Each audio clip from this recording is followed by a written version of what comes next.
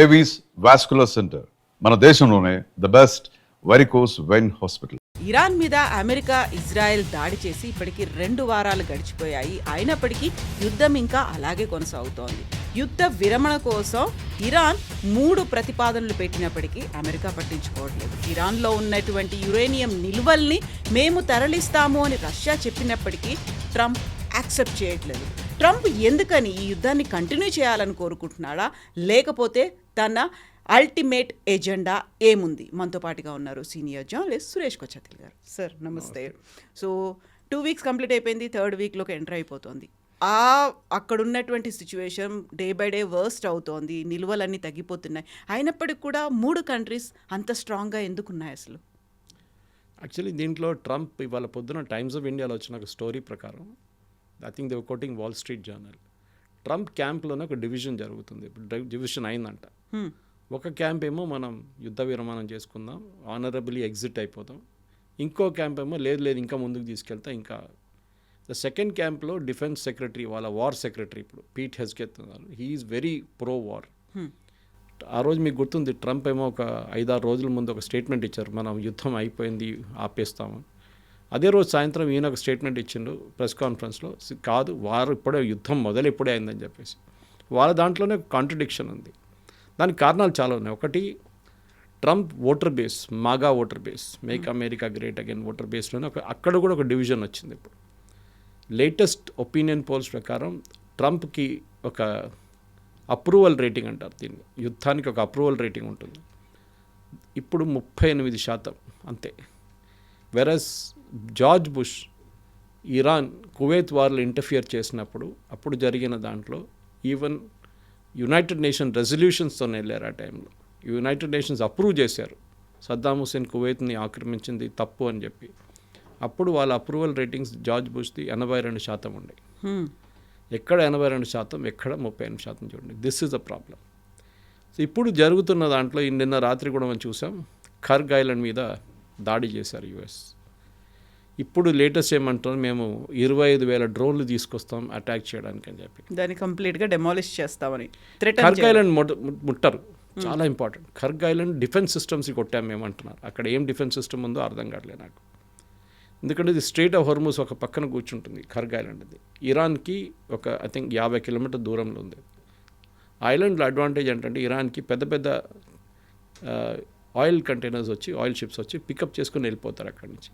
వీళ్ళ మొత్తం ఆయిల్ దాంట్లో వచ్చి పడుతుంది. చాలా పెద్ద ఒక ఏరియా అనమాట ఐలాండ్. అక్కడి నుంచి పెద్ద పెద్ద ట్యాంక్లోనే అక్కడి నుంచి ఆయిల్ ట్యాంకర్స్ వచ్చి తీసుకెళ్తూ ఉంటారు. ఇప్పుడు దీనికి కారణం అని చెప్తున్నారు, ఎందుకు చేశారనేది ఒకటి చాలా ఇంపార్టెంట్ రీజన్. అంటే ఆ ఆయిల్ కొనుక్కునే ఒకటే రాష్ట్రం ఇప్పుడు. లాస్ట్ 6 నెలల నుంచి, దానికన్నా ముందు 2 రాష్ట్రాలు ఉండే ఇరాన్ దగ్గర. ఒకటి మనం ఇండియా అండ్ ఒకటి చైనా. మన మీద శాంక్షన్స్ పెడతాం అది అని చెప్పిన తర్వాత మనం దాని నుంచి పక్కన జరిపాం. చైనా ఇప్పుడు కూడా కొంటున్నారు. చైనా మీద మీరు ఏం శాంక్షన్స్ అని పెట్టండి, వాళ్ళు పట్టించుకోరు. ఆ పరిస్థితిలో ఉన్నా అనమాట. సో ఈ సిట్యువేషన్లో చైనా కోసం, చైనాకి వెళ్ళే ఆయిల్ని మీరు ఆపేస్తున్నారు. మొన్న కూడా చైనాది 2 పెద్ద ఆయిల్ ట్యాంకర్స్ అదే రూట్ నుంచి వెళ్ళింది బయటికి, ఒక్క ప్రాబ్లం లేకుండా వెళ్ళింది బయటికి. అంటే ఇరాన్కి తెలుసు ఎవరిది ఇది కార్గో ఎవరికి వెళ్తుంది. మనకు కూడా 2 క్లియర్ చేశారు వాళ్ళు. 2 క్రూడ్ క్లియర్ అయినాయి, 2 ఎల్పిజి కూడా క్లియర్ అయిపోయింది. మనం లైబీరియా ఫ్లాగ్ పెట్టుకొని వచ్చినవి అదే. సో నౌ చైనాకి ప్రాబ్లం ఎక్కడ వచ్చిందంటే, వెనిజువేలా నుంచి మీకు గుర్తుంటుంది కవిత గారు, వెనిజువేలాన్ ఆయిల్ బంద్ చేశారు ట్రంప్ అని. China was the biggest buyer of Venezuelan oil. ఆ టైంలో కూడా చైనా మన ఏ దేశం నుంచి కొనకూడదని చెప్పి యుఎస్ బ్యాన్ పెట్టారు ఆ టైంలో. అప్పుడు చైనా కొనుక్కున్నారు. ఇటువైపు రష్యా దగ్గర నుంచి కూడా చైనా కొంటున్నారు. మీరు ఏ శాంక్షన్స్ అని పెట్టండి మేము కొనుక్కుంటాం. 3వ దేశం ఇరాన్. ఈ 3 దేశాల నుంచే చైనా మేజర్గా పర్చేసెస్ చేస్తున్నారు. ఇప్పుడు ఏమైపోతుందంటే, ఈ ఖర్గ్ ఐలాండ్ యుఎస్ క్యాప్చర్ చేయకపోయినా, దాని మీద డ్యామేజ్ చేయకపోయినా, చైనా షిప్స్ ఇప్పుడు 10 సార్లు ఆలోచిస్తారు ఈ ఖర్గ్ ఐలాండ్ అప్రోచ్ అయ్యేదానికి. ఇరాన్ ఎక్స్పోర్ట్స్ ఆగిపోతుంది మొత్తం కంప్లీట్గా. అప్పుడు ఒక ట్రేడ్ ఆఫ్ నడుస్తుంది. మీరు స్ట్రెయిట్ ఆఫ్ హార్మూజ్ ఓపెన్ పెట్టండి, ఎవరి మీద దాడి చేయకూడదు, అప్పుడు మేము ఖర్గ్ ఐలాండ్ నుంచి మీ ఆయిల్ బయటికి వెళ్ళి వీ విల్ అరేంజ్ ఇట్. ఇది బహుశా this must be one of the strategies Trump administration. ఇది చేస్తే విన్ విన్ సిచ్యువేషన్ అంటాం మన ఇంగ్లీష్లో. ఒకటి, ఇరాన్కి డబ్బులు రావడం మొదలవుతుంది, ఇరాన్ ఆయిల్ మార్కెట్కి వస్తుంది, straight of Hormuz open up అయిపోతుంది, ఆయిల్ ప్రైసెస్ తగ్గుతుంది. ఇది వన్ సెనారియో అనమాట. నాకు అనిపించింది ఒక సినారియో ఇదే. ఇదే సెనారియో గురించి మాట్లాడుతున్నారు యూఎస్లో కూడా చాలా మటుకు న్యూస్ ఛానల్స్ మాట్లాడుతున్నారు. రెండవది సౌదీ అరేబియా, ఖత్తర్, వీళ్ళిద్దరు కలిసి ఇరాన్ మీద చాలా ప్రెషర్ పెడుతున్నారు ఇప్పుడు. ఎందుకంటే వీళ్ళిద్దరు బిజినెస్ కూడా పోయింది మొత్తం కంప్లీట్గా. సౌదీ అరేబియన్ ఆయిల్ మార్కెట్కి ఇప్పుడు వెళ్ళట్లేదు. ఖతార్ కంప్లీట్ గ్యాస్ ప్రొడక్షన్ ఆగిపోయింది. వీళ్ళిద్దరు సేమ్ రూట్ యూజ్ చేస్తారు, స్ట్రైట్ ఆఫ్ హార్మూజ్. ఖతార్ మీద డ్యామేజ్ వాళ్ళ ఇన్ఫ్రాస్ట్రక్చర్ మీద జరిగింది. అది మళ్ళీ రిస్టోర్ చేయాలంటే బహుశా ఇంకా 2-3 వారాలు పట్టవచ్చు. But they can still manage to send out some quantity of it. మనం సౌదీ అరేబియా దగ్గర నుంచే, ఖతార్ నుంచి మనం తీసుకున్న 2 బార్జెసే వాళ్ళ బయటకు వచ్చింది, మనం కాండ్లా వైపు వెళ్ళిపోయింది. ఈ పరిస్థితుల్లో ఇప్పుడు యూఎస్ ఏం చేస్తారని మీరు అడిగిన ప్రశ్నకి అదే ఉంది. ఎందుకంటే ట్రంప్కి ఇప్పుడు ఒక ఎగ్జిట్ స్ట్రాటజీ లేదు.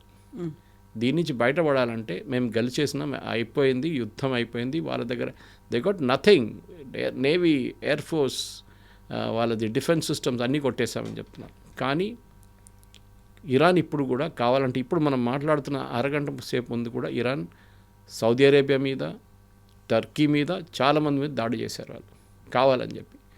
లాస్ట్ అటెంప్ట్ కూడా చెప్పొచ్చు కాదు, కానీ జరుగుతుంది. ఎందుకంటే ఇప్పుడు ఈద్ వస్తుంది next week, which is a very crucial thing. అందరు మర్చిపోతున్నారు. గల్ఫ్లో ప్రతి రాష్ట్రంలో 1 వీక్ హాలిడే ఉంటుంది. వాళ్ళ స్టాఫ్ అందరు వెళ్ళిపోతారు, మ్యాక్సిమం ఇండియా నుంచి. ఇప్పుడు ఇండియా నుంచి వెళ్ళిపోయారని చెప్పి మన అక్కడ ఉన్న ప్రతి కమర్షియల్ వెంచర్లో ఇండియన్స్ ఉంటారు. వెళ్ళిపోయారు అనుకోండి, there'll be nobody to defend this nations. ఇది పెద్ద క్రైసిస్ రాబోతుంది. దానికోసం ఫ్లైట్స్ లేవని చెప్పి చాలామందిని ఆపేసుకున్నారు, వాళ్ళు వెళ్ళలేకపోతున్నారు. ఈ ఒక సిచ్యువేషన్ ఇంకొక 5 రోజులు ఇంకా పొడిగి నెక్స్ట్ వీక్ వెనస్డే దాకా వస్తే it will be a major issue. Eid రోజు కూడా ఎవరైనా దాడి చేశారనుకోండి, అమెరికా చేశారంటే దెన్ ప్రాబ్లం. ఎందుకంటే ఇవాళ పొద్దున మనం చూసాం, వాళ్ళ టాప్ లీడర్షిప్కి వాళ్ళ తల మీద $10 million రివార్డ్ ఇచ్చారు ట్రంప్. ఎగ్జాక్ట్లీ. ముస్తబాక్ కూడా 93 కోట్లు అనౌన్స్ చేశారు.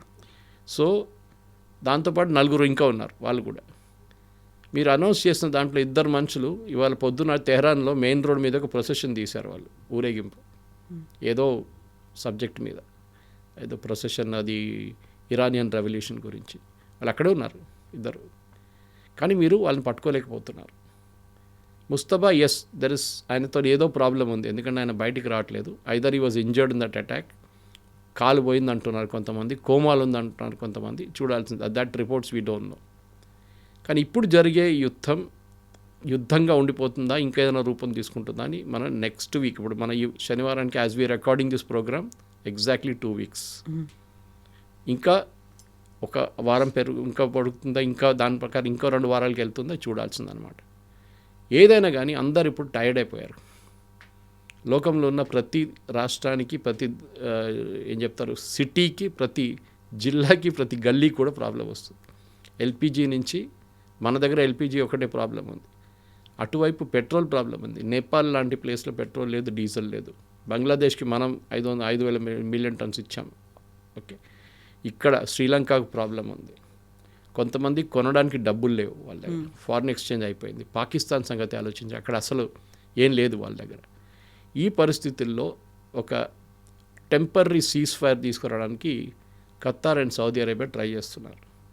నేను అది చెప్పాను దీనికన్నా. అది జరిగితే మంచిది, లేకుంటే ఇది ఇట్లనే డ్రాగ్ అవుతూనే పోతుంది. And that is what Iran wants. Iran కావాల్సింది అది. బట్ అదే ఇరాన్ ఎందుకని 3 ప్రతిపాదనలు పెట్టింది? యుద్ధం ఆగాలంటే వీటిని యాక్సెప్ట్ చెయ్యండి అని ఎందుకు అంటోంది? ఆ ప్రతిపాదనలు విన్నారా మీరు? చాలా స్ట్రేంజ్ ఉంది అది. ఒకటి, మా మీద చేసిన దాడికి ఎంత లాస్ అయిందో అది మొత్తం మీరు కట్టాలి. సెకండ్, ఎవరెవరు దీని మీద చేసే దాడి వాళ్ళని ప్రాసిక్యూట్ చేయాలి. ఎవరు చేస్తారండి? ఎవరు చేయరు. సో అది ఇల్లాజికల్, అది కాదు కూడా, వాళ్ళకి తెలుసు. దానికోసం వాళ్ళు అడిగారు అది అనమాట. లేకుంటే ఈజీగా ఉంటే అమెరికా అంగీకరిస్తారు కదా, okay right fine we agreeing to it అని. ప్రాబ్లం ఏంటంటే ఇక్కడ మనం దీనికన్నా ముందు కూడా మాట్లాడిన కవిత గారు, ఇజ్రాయెల్ కావాల్సి ఇజ్రాయెల్ చేసుకున్నారు.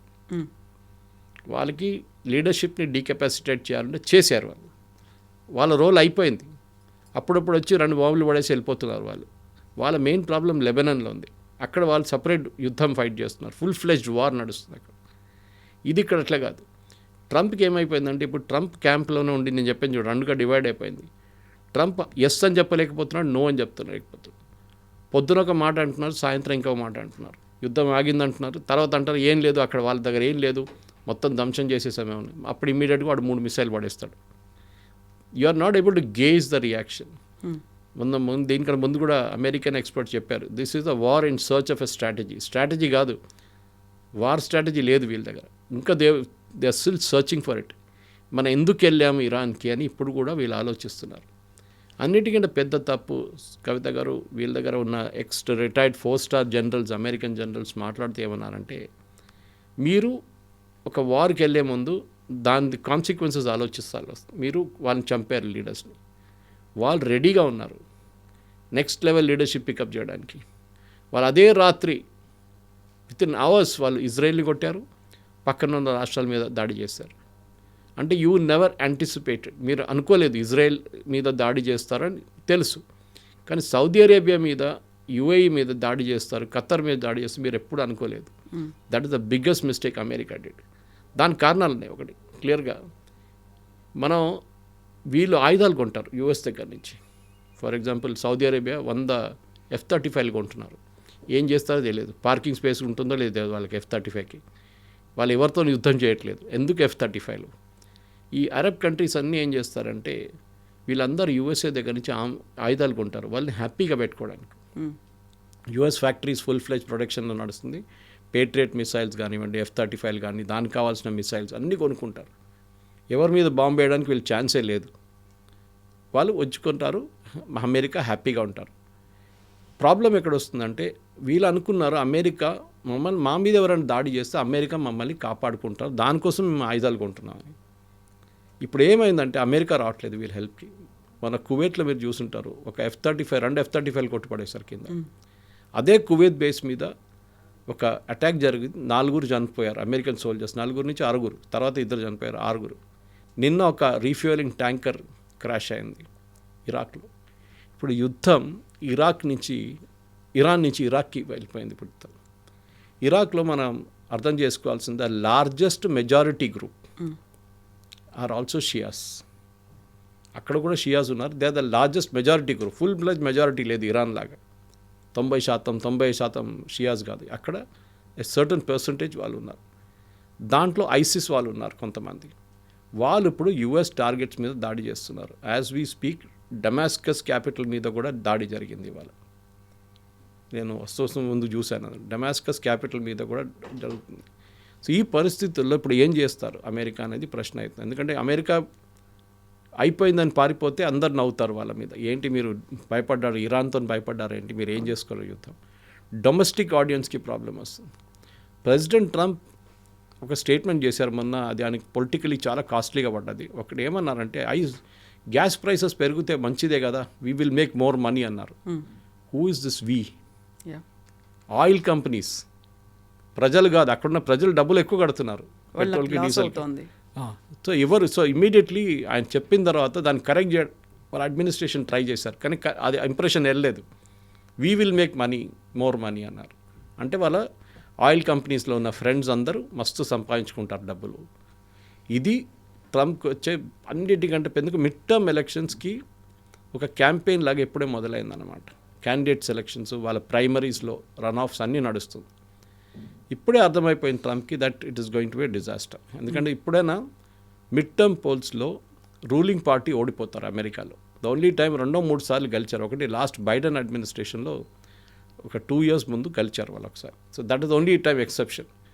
ఈసారి ఈ మిడ్ టర్మ్ పోల్స్లో వాళ్ళ ఎంపీస్ తగ్గితే, అంటే వాళ్ళ రిప్రజెంటేటివ్స్ అంటారు, వాళ్ళు తగ్గితే Trump will become a lame duck president. ఆయనకు పవర్ లేకుండా పోతుంది.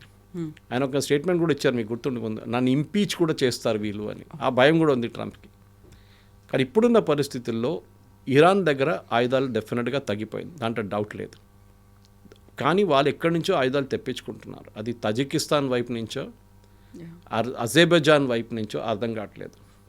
వాళ్ళ దగ్గర ఆయుధాలు వస్తున్నాయి, కానీ యుఎస్ కానీ ఇజ్రాయెల్ చూస్తూనే ఉన్నారు శాటిలైట్స్ నుంచి, వీళ్ళు ఎక్కడ తెప్పించుకుంటారు, ఏం చేస్తున్నారు. ఇరానియన్ లీడర్షిప్ కనిపించట్లేదు. లారజాని కానీ ఎవరైనా కానీ ఎవ్వరు కనిపించట్లేదు. They totally disappeared. ఇవాళ పొద్దున అదే చెప్పారు ప్రెసిడెంట్ ట్రంప్. అప్పుడు కూడా వాళ్ళ అడ్మినిస్ట్రేషన్ నడుస్తుంది. ఇప్పుడు ఈవెన్ ఇజ్రాయెల్ చెప్తున్నారు regime change is not possible. మళ్ళీ మీరు ఎందుకు వెళ్ళారు అక్కడ ప్రెసిడెంట్ ట్రంప్? మీరు అన్నారు రెజీమ్ చేంజ్, సరెండర్, నేనే సెలెక్ట్ చేస్తాను అన్నీ చెప్పిన మనిషి ఇప్పుడు మాట్లాడలేదు. ఐ థింక్ అమెరికాలో లాస్ట్ ఒక 20 సంవత్సరాల్లో అన్నిటికంటే పెద్ద ఒక స్ట్రాటజిక్ లాస్ అనేది ఈ యుద్ధం జరుగుతుంది.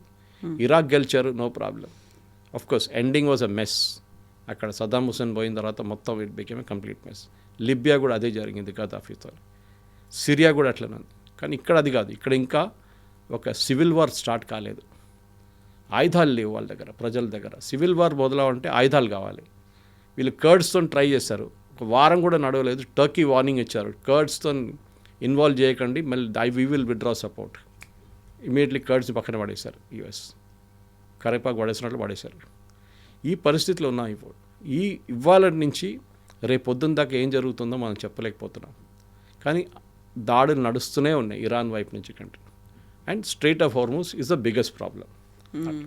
సో ఇన్ని సిచ్యువేషన్స్ ఉన్న తర్వాత ఫస్ట్ ఖమేనీని కొట్టేసిన తర్వాత నెక్స్ట్ టార్గెట్ ఏంటి అనుకుంటే మేబీ యురేనియం ప్లాంట్స్ అక్కడ ఉన్నాయి కాబట్టి దాని మీదేమో అనుకున్నారు. బట్ దానికి సంబంధించి కూడా రష్యా ముందుకు వచ్చింది, మేము వాటిని తీసుకెళ్ళి మా దగ్గర పెట్టుకుంటాము అనేది. బట్ దాన్ని కూడా ఎందుకు యాక్సెప్ట్ చేయట్లేదు?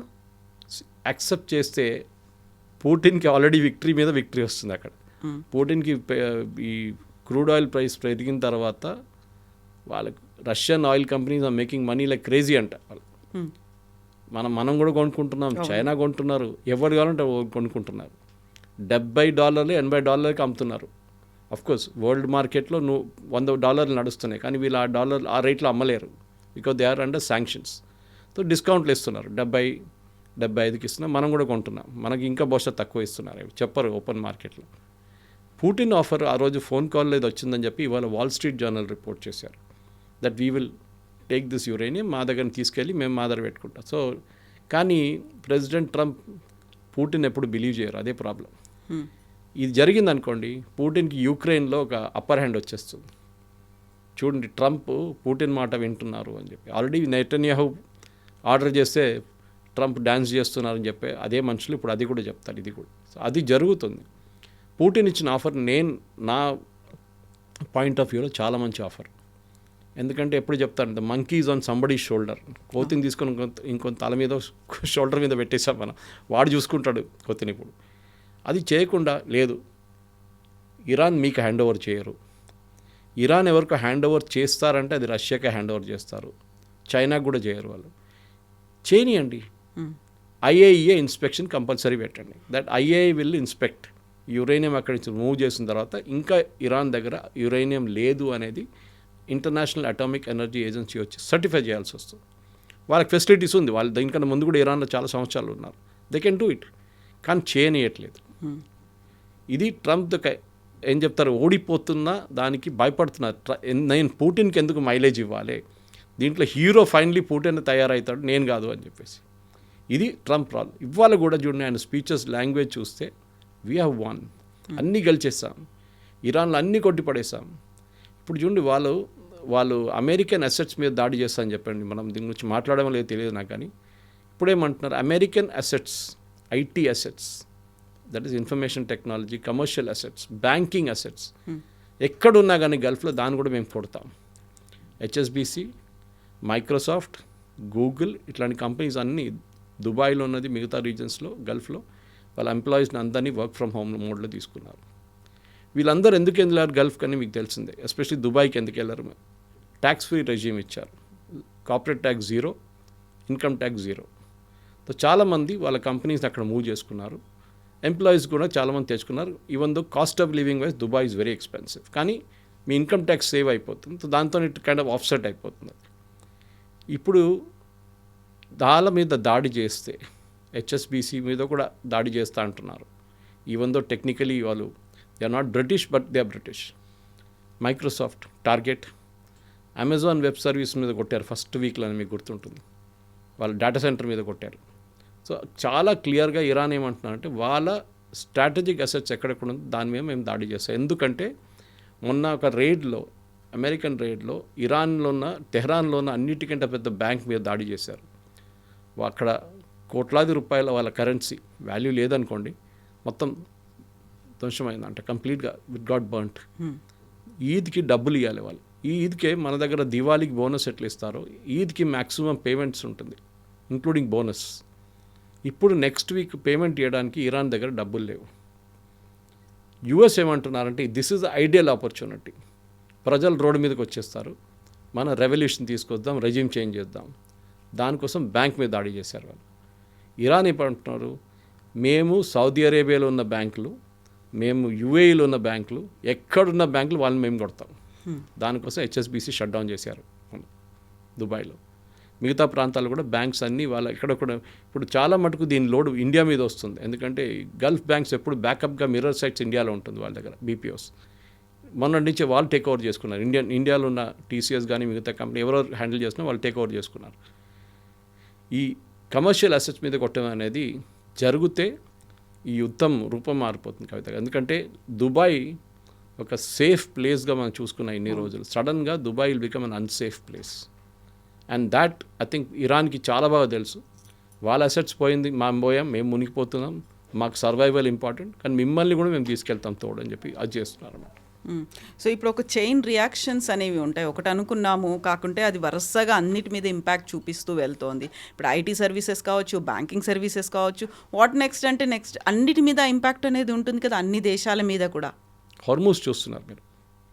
హార్మూజ్లో అక్కడి నుంచి ప్రతిరోజు 50 నుంచి 60 నుంచి కొన్నిసార్లు 100 షిప్పులు కూడా మూవ్ అవుతుంది. హోర్మూస్లో 2 లేన్స్ ఉన్నాయి కవిత. మన అందరూ తెలిసింది, మనం ఎప్పుడు చాలా మాట్లాడాం దాని గురించి. ఒక పోస్ట్లో వచ్చినప్పుడు 30 కిలోమీటర్ స్ప్రెడ్ ఉంది, చాలా నేరోగా ఉంటుంది. That is just near Dubai. Oman వైపు వెళ్తున్నప్పుడు, గల్ఫ్ ఆఫ్ ఒమాన్కి వెళ్తున్నప్పుడు ఆ పాయింట్లో చాలా నేరో, ఓన్లీ 30 కిలోమీటర్స్. ఒకవైపు ఇరాన్, ఇంకోవైపు మిగతా గల్ఫ్ స్టేట్స్. దీనికి వెళ్ళడానికి రావడానికి మన రోడ్ మీద ఉన్న మార్కర్ లాగా ఒక స్విమ్మింగ్ పూల్లో ఒక మార్కర్ వేస్తారు చూడండి, నడిమిట్లా లేన్ సపరేట్ చేయడం, అట్లాంటి ఒక లేన్ సపరేషన్ ఉంది అక్కడ. Up the road, down the road అని చెప్పి, అంటే ఎక్కువ వాటర్ వే అక్కడ వెళ్ళడానికి, ఎక్కువ వాటర్ వే ఇక్కడ రావడానికి. ఈ గల్ఫ్ రీజన్ నుంచి వెళ్తున్న ఈ 20% of world's oil flow and gas flow వీళ్ళు ఆపితే నెక్స్ట్ 1 వీక్లో మళ్ళీ ఇంకా పెద్ద ప్రాబ్లం రాబోద్ది. ఇప్పటికైతే షిప్స్ మూవ్ అవుతున్నాయి కొన్ని. ప్రతిరోజు 40 నుంచి 50 షిప్లు మూవ్ అవుతున్నాయి. ఇప్పుడు 2, 3, 4, 5 షిప్లు మూవ్ అవుతున్నాయి అంతే. 4000 షిప్స్ వెయిట్ చేస్తున్నారు బయట అండ్ ఇన్సైడ్. వీళ్ళని కూడా మూవ్ చేయాల్సి వస్తుంది. బహుశా నిన్న చెప్పాను లేదు నాకు గుర్తులేదు, కానీ యుఎస్ నేవీ వీళ్ళని ఎస్కాట్ చేస్తా అన్నారు. ఇప్పుడు చేయలేను అని చెప్తోంది. ఎందుకు చెప్పాను నిన్న నాకు గుర్తులేదు, చెప్పానో లేదు, కానీ దానికి కారణం ఉంది ఒకటి. వాళ్ళ చట్టంలో రాస్తుంది that you can only escort US ships. Okay, అందరికీ మీరు తీసుకోలేరు. సో స్టోరీ ఎక్కడ వస్తుందంటే, నేను కొంచెం రీసెర్చ్ చేశాను మళ్ళీ వెళ్ళి దీని గురించి. ఎక్కడైనా దీనికన్నా ముందు యుఎస్ ఎప్పుడైనా ఎస్కాట్ చేశారా యుఎస్ని అని చూస్తే, కువైత్ వార్లో సద్దాం హుస్సేన్ కువైత్ మీద దాడి చేసిన టైంలో కువైత్ షిప్స్ అన్నీ ఇదే రీజన్లో స్టక్అప్ అయిపోయింది. రెడ్ సీ వైపు ఇటు 2. సద్దాం హుస్సేన్ కూడా సేమ్ డైలాగ్ కొట్టాడు, ఎవడన్నా అక్కడి నుంచి ఇక్కడి నుంచి వెళ్తే నేను కొట్టేస్తాను అని చెప్పేసి. అప్పుడు యుఎస్ నేవీ టేక్ ఓవర్ చేసుకున్నారు. కానీ అప్పుడు వాళ్ళకి ఎవరో చెప్పారంటే చట్టం ఉంది ఇట్లా, that we can escort only US ships. వీళ్ళేం చెప్పారండి, కువైత్ షిప్స్ దగ్గర మీరు అన్నీ మీ ఫ్లాగ్ దించుకోండి, మా ఫ్లాగ్ ఎక్కించండి. And then that's how they took it. ఇవాళ పొద్దున కూడా మన Indian navy ships Gulf Oman దగ్గర వెయిట్ చేస్తున్నారు. 3 షిప్లు ఉన్నాయి మనది, 3 డెస్ట్రాయర్స్. మన షిప్పులు బయటికి రాగానే కాండ్లా పోర్టో లేకుంటే గుజరాత్లోని దాహోడ్ ఎక్కడైనా అక్కడ తీసుకెళ్తున్నారు, వీళ్ళు ఎస్కాట్ చేస్తున్నారు. సో ప్రతి నేవీ వాళ్ళ పని చూసుకుంటున్నారు. బట్ మనం స్ట్రైట్ ఆఫ్ హోర్మూస్ ఎంటర్ చేయలేము. హోర్మూస్ బయట వెయిట్ చేస్తున్నాం. మన స్కూల్లో చూస్తున్న పిల్లల కోసం పేరెంట్స్ వెయిట్ చేస్తారని చూడండి, అట్లనే వాళ్ళు ఎప్పుడు బయటకు వస్తారో అని చెప్పేసి అట్లనే వెయిట్ చేస్తున్నారు. బయటికి రాగానే తీసుకెళ్ళిపోతున్నారు, తీసుకెళ్ళి అక్కడ దాకా తీసుకెళ్ళి ఏడ్చేస్తున్నారు. ఇది చాలా రోజులు నడిపించలేము ఇట్లా. The ships have to go on their own. కానీ ఈ పరిస్థితుల్లో ఇరాన్ ఇప్పుడు ఏమంటున్నారు, మీరు మా షిప్స్ మీద దాడి చేశారు, మీరు మా నేవీని ధ్వంసం చేశారు, మేము మీ షిప్స్ని ఇడవము. ఓకే, దీనికి 2-3 రీజన్స్ ఉన్నాయి. ఒకటి మైన్స్ అన్నారు, మీకు గుర్తుంటుంది.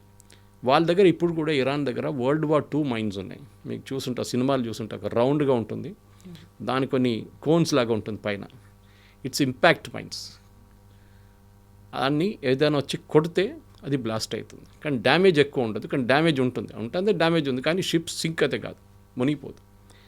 రెండవది, వీళ్ళ దగ్గర స్పీడ్ బోట్స్ ఉన్నాయి, చిన్న చిన్న స్పీడ్ బోట్స్. మన హుస్సేన్ సాగర్ లేక్లో చూస్తాం చూడండి, ఒక యమహా మోటార్ పెట్టి ఫాస్ట్గా నడిపించుకొని తీసుకెళ్తాం. దాంట్లో ఇద్దరు కూర్చుంటారు. ఒకడు వెనక ఆర్పీజీ పెట్టుకుంటాడు, propel grenade, rocket propel grenade. Ship దగ్గర వెళ్ళి కొడతారు. It will go directly and hit the ship at the base అన్నమాట. రెండవది వీళ్ళ దగ్గర జెట్ స్కీస్ ఉంది. మన గోవాకి వెళ్తే కనిపిస్తుంది జెట్ స్కీస్. ఇదే జెట్ స్కీస్లో ముందున్నోడు నడిపిస్తున్నాడు, వెనుకనోడు ఆర్పీజీ పట్టుకు వాళ్ళ కోస్ట్ నుంచి షిప్ దాకా with in a matter of 5 minutes reach అయిపోతారు. డ్యామేజ్ జరుగుతుంది అంటే షిప్ ఇట్లా మూవ్ అవుతుంది మెల్లగా, వీళ్ళు ఇక్కడి నుంచి వచ్చి కొడతారు దాన్ని. ఈవెన్ కోస్ట్ నుంచి కొడితే, ఇరానియన్ కోస్ట్ నుంచి కొడితే 1.5 minutesలో వాళ్ళ మిసైల్ అక్కడ వెళ్ళి కొడుతుంది దాన్ని. దీనికి అన్నిటికంటే పెద్ద ప్రాబ్లం, ఇప్పుడు అక్కడ చాలా పెద్ద హీట్ వేవ్ నడుస్తుంది. హ్యూమిడిటీలో 8 నుంచి 20 మీటర్ల దాకా ఒక హేజ్ లాగా ఉంటుంది, మీకేం కనిపించదు. ఈవెన్ పైనుంచి షిప్ పైనుంచి చూస్తే మీకు ఒక వైట్ కవర్ లాగా ఉంటుంది. మనం ఎయిర్క్రాఫ్ట్లో పోతున్నప్పుడు పక్కన క్లౌడ్ ఎట్లా ఉంటుంది అట్లాంటి కవర్ ఉంటుంది. ఈ బోట్లో ఏం చేస్తారంటే దాని కింద నుంచి వస్తారు, వచ్చి కొడతారు. సో క్యాప్టెన్ కూడా కనిపించదు ఏమొస్తుంది అనేది. రాడార్లో కూడా కన్ఫ్యూజ్ సిగ్నల్స్ ఉంటుంది. ఇది అడ్వాంటేజ్ ఇరాన్కి. దానికోసం భయపడుతున్నారు వీళ్ళందరూ. వాళ్ళకి తెలుసు ప్రాక్టికల్. ప్రెసిడెంట్ ట్రంప్ ఒక స్టేట్మెంట్ ఇచ్చారు మొన్న, దమ్ముంటే షిప్ ఓనర్స్ మీరు తీసుకెళ్ళండి అని చెప్పి. ఎవరు దమ్ము? ఆయన ఉంటే ఆయన చూపించాలి కదా ముందు. వాళ్ళ నేవల్ షిప్స్ రానియండి, అప్పుడు వాళ్ళు చూపిస్తారు ఇరాన్ ఏం చేస్తారనేది. మీరు షిప్ క్యాప్టెన్స్ని ఛాలెంజ్ చేస్తున్నారు, వాళ్ళ జీవితం చూసుకోవాలి. నేను ఇవాళ చదివాను, మన దగ్గర నుంచి ఒక చీఫ్ ఇంజనీర్ చనిపోయారు ఇవాళ అక్కడ నిన్నట్టు ఒక అటాక్లో. షిప్ క్యాప్టెన్, షిప్లో ఉన్న ఒక చీఫ్ ఇంజనీర్. ఇట్లాంటి చాలామంది చనిపోతారు. వాళ్ళ లైఫ్ ఇంపార్టెంట్ వాళ్ళకి. మీరు కార్గో గురించి మాట్లాడుతున్నారు, మీరు ఆయిల్ గురించి మాట్లాడుతున్నారు, ఫర్టిలైజర్ గురించి మాట్లాడుతున్నారు. అక్కడ జీవితాలు కూడా ఉన్నాయి కదా. ప్రతి షిప్లో 200-300 మంది సీఫేరర్స్ ఉంటారు. ఇండియన్ గవర్నమెంట్ అయితే సీఫేరర్స్ దగ్గర చాలా క్లియర్గా చెప్పారు, మీరు చాలా కేర్ఫుల్గా ఉండండి, రిస్క్ తీసుకోకండి. We will not ask you to come back. మీ ఉద్యోగం పక్కన పడేసి మీరు రా అని చెప్పట్లేదు, మీరు ఉండండి, బట్ బీ వెరీ కేర్ఫుల్. ఎన్ని రోజులు ఇట్లా చేస్తామో అర్థం కావట్లేదు. ఎందుకంటే గల్ఫ్ మొత్తం స్టెబిలైజ్ కావాలంటే స్ట్రైట్ ఆఫ్ హోర్ముజ్ ఓపెన్ చేయాల్సిందే. అటువైపు రెడ్ సీ కూడా ఉంది, అక్కడ హూతీలు ఉన్నారు ఇంకా. కానీ హూతీల దగ్గర ప్రాబ్లం ఎక్కువ లేదు, ఇప్పుడు వాళ్ళు క్వైట్గా ఉన్నారు. కానీ ఎన్ని రోజులు క్వైట్గా ఉంటారో తెలియదు కవిత గారు. ఏదో ఒక రోజు వాళ్ళు కూడా దీని నుంచి బయటకు వచ్చి వాళ్ళు కూడా అటాక్ చేస్తారు. అది ఇప్పుడు కాదు, కొన్ని రోజుల తర్వాత చేస్తారు వాళ్ళు. ఇప్పుడు స్ట్రైట్ ఆఫ్ హోర్ముజ్ మీద ఉంది. ఇరానియన్ రెజీమ్ ఉందో లేదో అని దిస్ డౌట్ ఉంది ఇప్పుడు కూడా. కానీ వాళ్ళ వర్క్ ఆగట్లేదు. వాళ్ళ వైపు నుంచి చేయాల్సిన అటాక్ అంతా వాళ్ళు చేస్తున్నారు. ఎండ్ ఆఫ్ ది డే మళ్ళీ ఏమవుతుంది అండ్ ఫైనల్ కంక్లూడింగ్ ఏ టార్గెట్తో వీళ్ళు వచ్చారు అనేది దట్ టేక్స్ టైం. అమెరికా కూడా ఇప్పుడు అర్థం కావట్లేదు. ఫస్ట్ యురేనియం వైపు వచ్చారు, యురేనియం. సెకండ్ రెజీమ్ చేంజ్ అన్నారు. థర్డ్ వాళ్ళ మిసైల్ కేపబిలిటీ, డ్రోన్ కేపబిలిటీ కొట్టేయాలన్నారు. Okay, to large extent third point achieve చేశారు. నాలుగోది వాళ్ళ నేవీ, ఎయిర్ ఫోర్స్. అసలు నేవీ లేకుండే ఎయిర్ ఫోర్స్ లేకుండే వాళ్ళకి. ఎయిర్ ఫోర్స్ అస్సలు లేదు, వాళ్ళని ధ్వంసం చేశారని. ఐదోది ఇరానియన్ రెవల్యూషనరీ గార్డ్ కోర్, వాళ్ళని డిస్మాంటిల్ చేస్తా అన్నారు. ప్రజలు రోడ్డు మీద వస్తారన్నారు. ఏది జరగట్లేదు. ఈ ఒక్కటే మిసైల్ కంట్రోల్ అండ్ నేవీ మీద ధ్వంసం చేసిన ఒక్కటే అమెరికా సక్సీడ్ అయ్యారు. మిగతా ఏం జరగట్లేదు. ప్రజలు రోడ్డు మీదకి రావట్లేదు, ప్రజలు భయపడుతున్నారు. అక్కడ బసీజ్ లాంటి మిలీషియా ఉన్నారు, ఇరానియన్ రెవల్యూషనరీ గార్డ్స్ ఉన్నారు. వీళ్ళు రోడ్డు మీద దిగితే వీళ్ళని చంపేస్తారు. భయం మంది అక్కడ ఉన్న ప్రజలకి. ఈ మార్పు రావాలంటే America has to put boots on the ground. అదే అమెరికా పెట్టడానికి రెడీగా లేరు. ఏ రోజు అమెరికా దాన్ని చేయరో అప్పుడు దాకా ఈ సిచ్యువేషన్ ఇట్లానే ఉంటుంది. Situation become even worse. దీనికన్నా చాలా దారుణం అయిపోతుంది పరిస్థితి. చూద్దాం, ఇంకా 2 రోజులు వెయిట్ చేస్తే కూడా మనకి లేటెస్ట్ మూవ్స్ అర్థమైపోతుంది. నేను చెప్పినట్టు ఇవాళ రికార్డ్ చేస్తున్న టైంకి మనం నెక్స్ట్ కలిసే టైం లోపల ఏం జరుగుతుందో మనకు తెలియదు. బోల్డ్ అన్ని చేంజెస్ డెఫినెట్గా ఉంటుంది. Yes sir, thank you so much. Very much. Thank you.